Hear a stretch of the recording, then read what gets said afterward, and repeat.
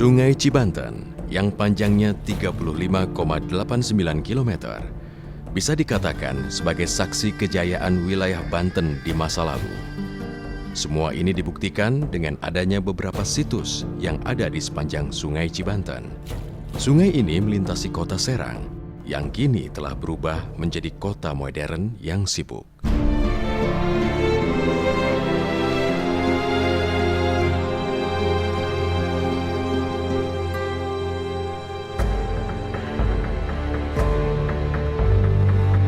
Situs Banten Girang.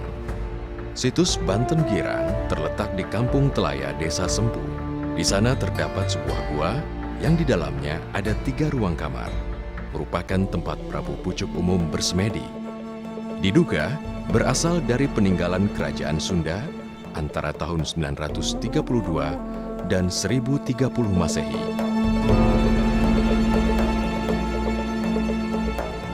Masjid Kuno Kaujon. Masjid Kuno Kaujon terletak di Jalan RMHS Jayadiningrat, Kampung Kaujon, Pasar Sore. Sejarah berdirinya Masjid Kuno Kaujon belum diketahui dengan pasti. Namun diperkirakan sebelum tahun 1875.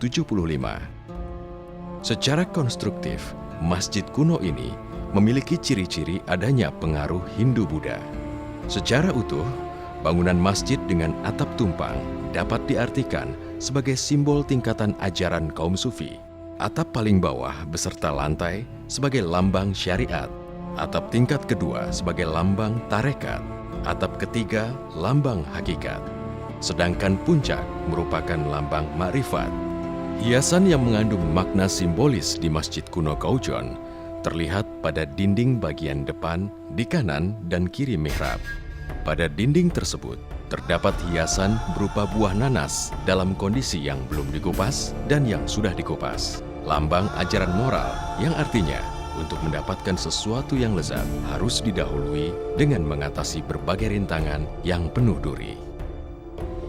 Gedung Juang 45. Secara administratif, Gedung Juang 45 terletak di Jalan Ki Mas Jong, wilayah Kota Baru Serang. Pada masa pendudukan Jepang, pernah dijadikan sebagai markas Kempetai. Kemudian diambil alih Tentara Keamanan Rakyat atau TKR yang dibentuk oleh Kiai Haji Syamaun pada tanggal 10 Oktober 1945. Gedung Juang terdiri dari 3 bangunan utama. Keasliannya hanya tinggal 1 bangunan, yaitu yang ada di bagian depan. Bangunan ini mempunyai seni arsitektur bergaya Indis. Atap bangunan berbentuk joglo dan memiliki sudut lancip di tengahnya dengan konstruksi kayu. Gentingnya terbuat dari tembikar berwarna coklat. Bagian depannya terdapat teras yang atapnya ditopang tiang-tiang berbentuk bulat sebanyak 9 buah. Karisidenan Banten. Gedung Karisidenan Banten yang saat ini lebih dikenal dengan nama Pendopo Gubernuran yang juga berada di jalur Sungai Cibanten, dibangun oleh arsitek Belanda sekitar tahun 1814. Bangunan-bangunan pada kawasan Gedung Karisidenan Banten ini masih dalam keadaan baik dan saat ini difungsikan sebagai museum.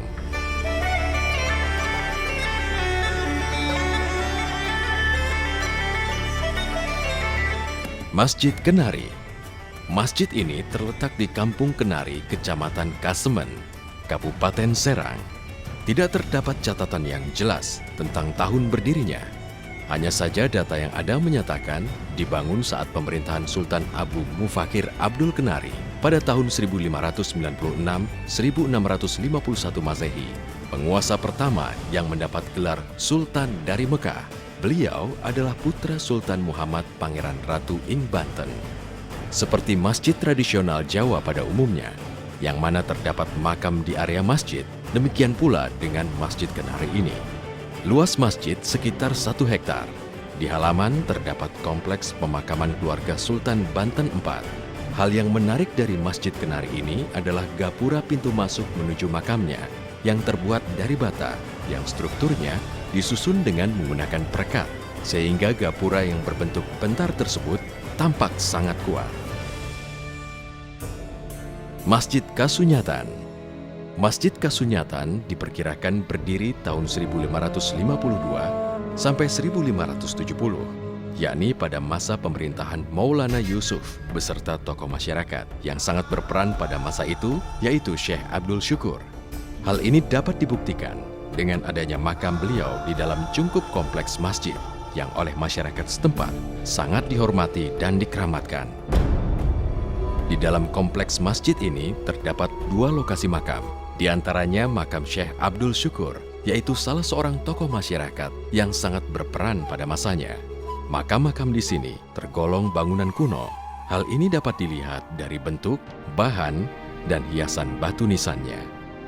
Di tengah kompleks terdapat kolam yang pada masa lalu digunakan untuk tempat berwudu.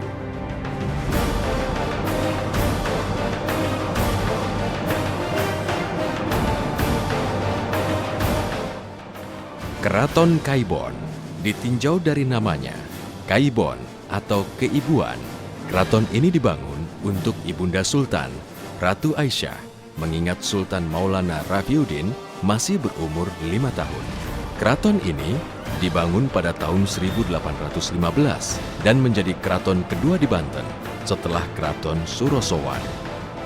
Bentuk arsitektur Keraton Kaibon lebih menonjolkan gaya arkais yang ditandai oleh susunan pintu gerbang dan halamannya.